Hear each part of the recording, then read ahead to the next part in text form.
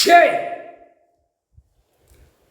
பிரம்மா டெல்லி மகாராஷ்டிரா கணக்கு பேப்பரு அவன் ஒரு பக்கம் அடிக்கான், ஜனநாயகம் ஒரு பக்கம் அடிக்கான், பிரதமர் ஒரு பக்கம் நோட்டு கைத பேப்பர் அடிக்கான், ஜனநாயகம் சொல்லி வச்சு ஓட்டு முத்திரை வாங்கினா அவன் ஒரு பக்கம் அடிக்கான், குடியரசுத் தலைவர் அவன் ஒரு பக்கம் அடிக்கான், ஜனாதிபதி அவன் ஒரு பக்கம் அடிக்கான்.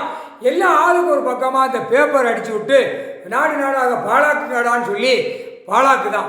நீதிமன்ற கோர்ட்டில் அதை கேள்வி கேட்கணும், கேள்வி கேட்கல.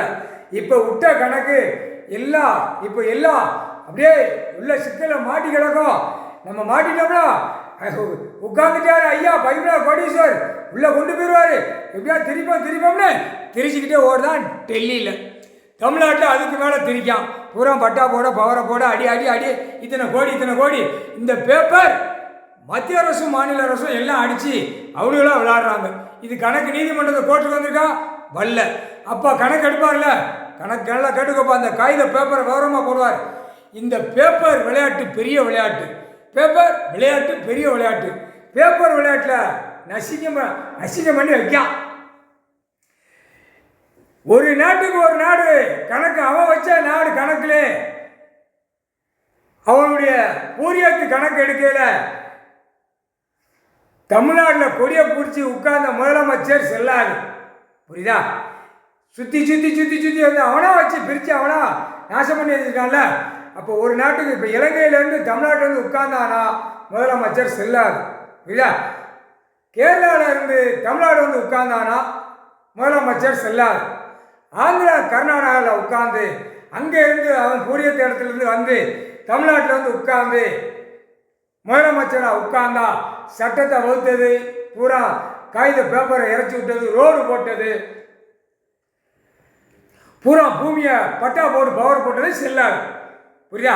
போட்டாருப்பா, அவனா பிரித்து வச்சான், அவனா பிரித்ததிலே இப்போ தூக்குவார், புரியுதா? இந்தியானா உலக நாடு, நான் பிரித்து கொடுக்கல அப்படின்ட்டார். இவனா பிரித்து வச்சா இவனா பிரித்து ஒரு நாடா வந்து அசிங்கம் பண்ணியிருக்கான்ல.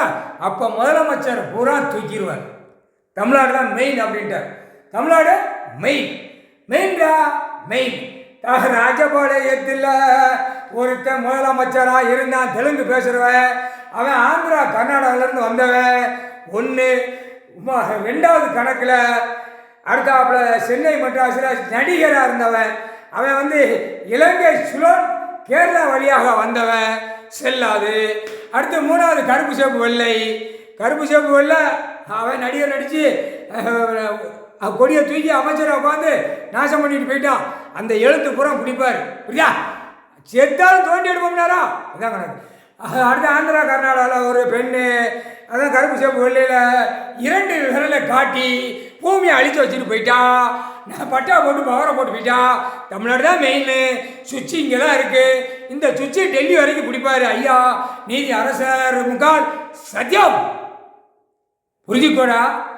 இப்போ கருப்பு சிவப்பு ஆந்திரா கர்நாடகாவில் அவன் குடும்பம் அங்கே எல்லாம் மாளிகையை கட்டி எல்லாம் அங்கே உள்ள அமைச்சர் இங்கே உள்ள அமைச்சராக போய் வீல் சேரில் உட்காந்து குடும்பமே ஆட்டி படம் ஆக்கிட்டு வந்திருக்கான்.